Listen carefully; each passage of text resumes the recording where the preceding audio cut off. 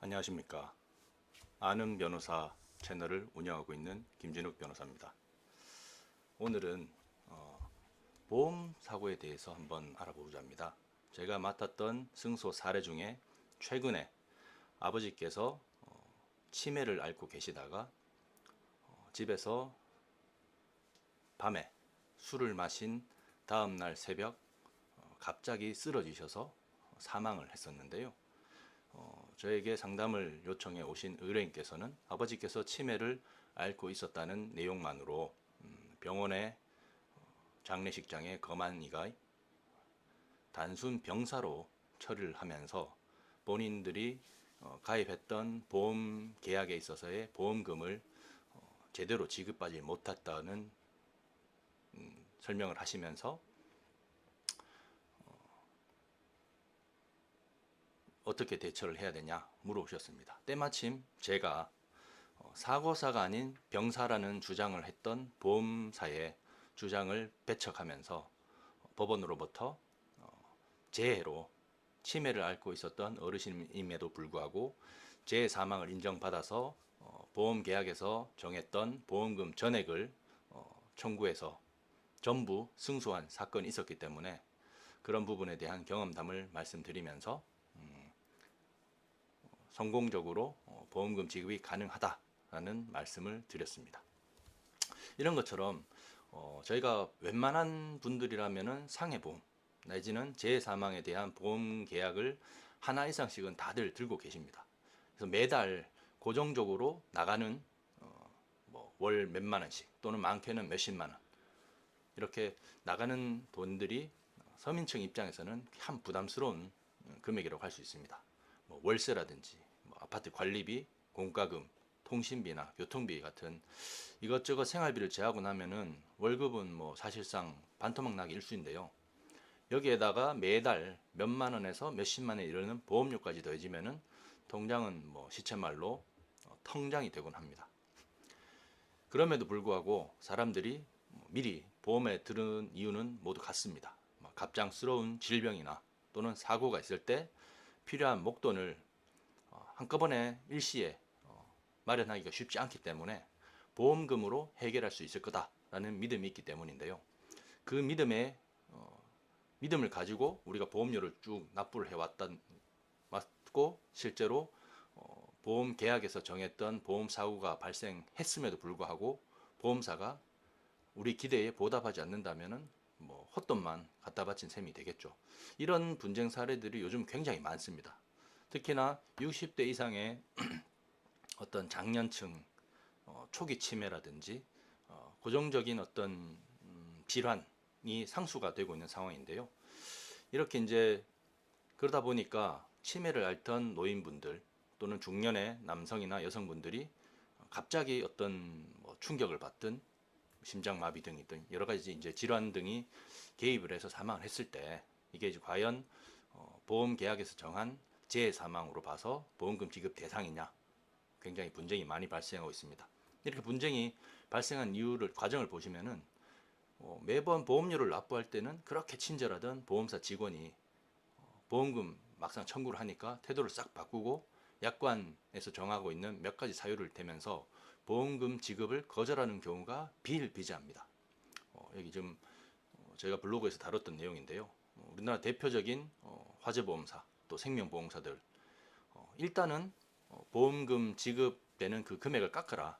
그래서 감액은 실적으로 내부적으로 잡고 있는 이 보험사의 횡포가 만연하다는 언론 기사가 우리 공영방송인 KBS를 통해서 나왔었습니다.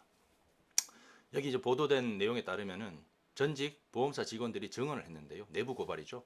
보험사는 분기별로 감액 목표를 정해놓고 직원들에게 보험금을 깎도록 그러니까 보험료를 늘상 납부해 왔던 고객들에게 지급할 보험금을 깎도록 유도한다고 합니다. 보험금을 얼마를 덜 줬는지에 따라서 인사고과와 성과급 지급액이 달라진다고 하는데요. 심지어는 이 암 진단을 받은 의사에게 학술지에게 게재된 이론을 근거로 암이 아니라고 주장하는 경우도 있다고 합니다. 그러니까 의사에게도 이런 정도의 어떤 방어법, 방어 어떤 매뉴얼이 있다고 하니까 의학 지식이 없는 일반인의 경우에는 보험사가 이런 식으로 어떤 전문적인 근거를 대려대면서 보험금 지급 액수를 깎으려고 했을 때 느끼는 압박감은 상당할 건데요. 이게 만약 소송으로 이어지면은 힘없는 개인 같은 경우에는 마지못해서 보험 금액에 있어서 헐값에 합의한다든지 또는 보험사가 주장하는 사유 때문에 한 푼도 못 받고 소송을 포기하는 사례도 많기 때문이다. 왜냐하면은 보험금 지급 처송을 하게 됐을 때는 상대적으로 뭐 변호사를 선임한다든지 이런 법적인 소송 비용이 발생하기 때문인데요. 자연스럽게 고객들이 소송을 포기하는 사례들이 많습니다. 제 주변에도 그런 부분들이 상담을 받는 경우도 많고 금감원이라든지 이런 쪽에 민원을 접수하면서 오랫동안 분쟁을 겪는 그런 분들이 많습니다. 마찬가지로 연합뉴스에서도 정밀 진단 없어도 인과관계가 있으면 보험금 지급해야 된다라는 기사도 이제 나왔습니다. 이게 정밀 진단을 받지 않았지만 갑자기 사망한 돌연사에 대해서 보험금을 지급하라는 한국소비자원의 소비자분쟁조정위원회 결정이 있었습니다. 저도 지금 뭐 한국인터넷진흥원 온라인 광고 분쟁조정위원으로 활동하고 있지만은 이 소비자분쟁조정위원회 이런 결정들이 보험사에게 가하는 압박도 어느 정도 효과가 있을 걸로 보이는데요. 이 사례를 구체적으로 보시면은 뇌혈관 질환으로 추정된 사망에 대해서 인과관계가 있는 치료, 진단이나 사망 진단서 등을 근거로 보험회사가 가입자에게 보험금을 지급해야 한다는 내용인데요. 보험사는 MRI나 CT를 이용해서 뇌혈관 질환을 정밀 진단한 바가 없고 대신 심장병 악화가 사인으로 추정된다면서 보험금 지급을 거절했습니다. 이 분쟁조정위원회는 사망진단서 그리고 뇌병변 가능성이 크다는 주치 소견 그리고 인과관계상 합병증의 가능성을 근거로 보험금 지급을 결정한 건데요. 물론 보험사가 이 분쟁조정위원회 결정에 불복해서 소송을 제기한다면은 조정 결정의 효력을 잃고 사망자의 가족, 유가족들은 또다시 힘겨운 법적 공방을 벌여야 하겠죠. 이렇게 이제 보험사가 처음에 보험계약을 체결하고 보험료를 지급받을 때는 아주 호의적인 태도였다가 보험금 지급 청구가 들어왔을 때는 태도를 돌변하는 경우가 굉장히 많다는 겁니다. 제가 맡았던 사건도 이 사례와 아주 유사한 경우였습니다. 제 의뢰인이 남편의 사망보험금을 수령할 아내분이었는데요. 남편분은 입원 치료 중에 음식을 먹다가 기도가 막혔고 결국은 심폐가 정지돼서 사망했던 상황이었습니다. 이 망인은 사망 당시에 일반 재해 사망보험에 가입된 상태였는데요. 이 보험 계약에서는 이 재해를 그러니까 보험금을 지급해야 되는 사고인 재해를 우발적인 외래의 사고라고 하면서 다만 질병 또는 체질적인 요인이 있는 자로서 경미한 외부 요인에 의해 발병하거나 또는 그 증상이 악화되었을 때는 그 경미한 외부 요인은 우발적인 외래사고로 보지 아니함이라고 규정해서 다음 분류표에 따른 사고를 말한다라고 분류를 하고 있었는데요. 간단히 말해서 사고로 인해서 사망하면은 보험금 지급되지만은 질병으로 인해 사망한다면 보험금이 지급되지 않는다는 겁니다. 여기 나오는 내용만 보면은 아주 보험금 지급 여부의 판단은 간단하죠. 사고면 지급하고 사고가 아닌 질병이면 보험금 지급하지 않는다. 간단한데 문제는 웬만한 사람들이 하나 이상의 크고 작은 질병들은 가지고 있는 상황에서 사망하는 경우가 대부분이라는 겁니다. 이 망인이 비록 치매를 앓고 있었지만은 사고 전까지는 음식을 먹는데 아무런 이상이 없었습니다. 그리고 사고 당일 식사 후에 갑자기 돌아가신 상황이었기 때문에 의뢰인은 이를 당연히 사고사로 보고서 보험금 지급을 청구했는데요. 보험사는 사인이 치매로 인한 의식 저하 및 삼킴 장애 그리고 분비물 과다로 인한 흡임성 폐렴으로 추정된다면서 보험금 지급을 거절했습니다. 당연히 보험금 지급을 청구했던 유족들은 뭐 깜짝 놀랄 일이죠. 질병에 의한 사망이므로 지급 대상이 아니라는 보험사 주장이 황당했는데요. 저는 이런 보험사 주장으로 이제 힘들어하면서 찾아온 저희 의뢰인에게 보험사 주장을 조목조목 반박했습니다. 자연스럽게 고인이 사고로 돌아가셨다는 점을 주장할 수 있다. 따라서 재사망보험금을 온전히 수령할 수 있다라고 설명을 드렸는데요. 우선 주치의가 작성한 사망진단서에 기재된 사안이 병사가 아니라 기타 사고사로 분류되어 있었습니다. 이게 이제 중요한 거죠. 기타 사고사로 분류가 되어 있다. 주치의가 작성한 사망진단서 기재 사안이 굉장히 중요한 1차적인 판단 근거가 될 수 있습니다. 보험사가 주장했던 흡임성 폐렴이라는 것은 기관지 및 폐로 이물질이 들어가면서 생기는 폐렴을 말하는데요. 사고 발생 후 사망까지 4시간 동안 환자가 보인 반응이 흡입성 폐렴을 사인으로 추정할 수 있는 전형적인 증상이었다면 굳이 주치의가 사망 종류를 기타 사고사로 판단할 이유는 없었다는 겁니다. 통상적으로 나이가 많은 고령의 어르신들의 치매를 앓고 있을 때 이 치매 환자가 사망하는 원인이 대부분 폐렴 등 2차 감염으로 인한 병사입니다.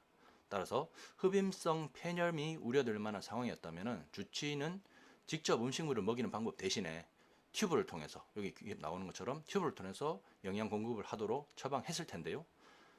사고 이전에도 아무런 이상이 없었기 때문에 주치의가 그런 처방을 내리지 않았다는 것을 저희 주장했습니다.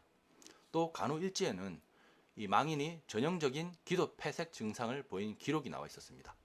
다만 갑작스럽게 사망하는 완전 폐쇄가 아니라 부분 폐쇄로서 약 4시간 만에 사망에 이르게 된 것이다 라는 걸 주장했는데요. 결국은 저희 사망진단서 그리고 간호일지 등 입증 자료 그에 따른 주장을 받아들인 재판부로부터 저희가 재해사망보험금 전액 그리고 그간에 질질 끌면서 미뤄왔던 보험사에게 지연 손해금을 지급하라는 판결을 받아낼 수 있었습니다. 제가 모두에 말씀드린 것처럼 전직 보험사 직원의 증언 중에 이런 내용이 있었습니다. 착하고 말 잘 듣는 호갱, 우리 호구 고객의 줄임말이죠. 호갱 위주로 보험금을 깎고 진상 고객은 더 안 줘도 되는 것까지 지급했다라는 이 보험사 직원의 내부 고발이 있었는데요.